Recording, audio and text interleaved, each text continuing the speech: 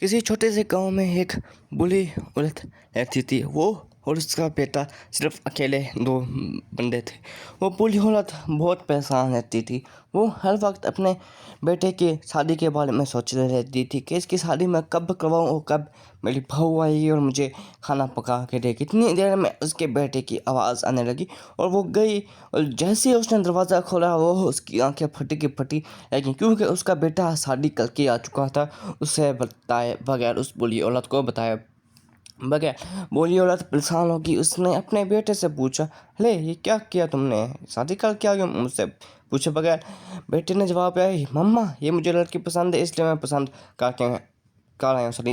इस तरह उसने माँ के पाँव छू लिए और माँ ने फिर किसी तरह इस लड़की को कबूल कर लिया। उसने कहा कि मैंने आपके लिए गांव की लड़की पसंद की हुई थी। फिर माँ ने उनका स्वागत किया, उन्हें अंदर लेके चली गई। माँ को बूढ़ी औरत को रिश्ता अभी भी कबूल नहीं था। शीतल बहुत ही अफसोस थी, लेकिन दूसरी तरफ उसकी जो नंद थी वो बहुत ही अच्छी थी। उसने कहा मैं आपको कोई शिकायत का मौका नहीं दूंगी। उसने कहा ठीक है। फिर उसने कबूल कर लिया रिश्ता। ऐसा ऐसा वक्त गुजरता गया।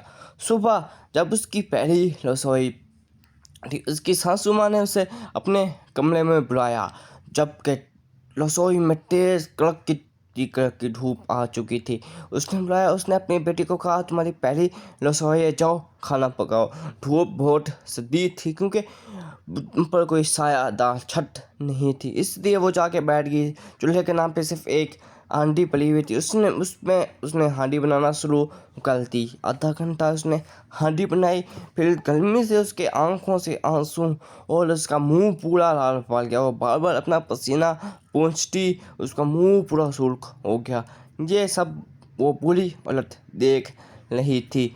वो मन में बहुत खुश हो रही थी कि अभी देखना कल या परसों खल छोड़ के चली गई, लेकिन उसने हिम्मत नहीं हारी और वो अपने काम में लगे। उसने बिया पी करके रोटी पका दी और फिर जाके अपने सास और अपने हस्बैंड के सामने वो रोटी जाके पेश कर ली। रोटी बहुत लजीज पकी थी। उसके हस्बैंड पूछने लगे अगले पार्ट के सब्सक्राइब।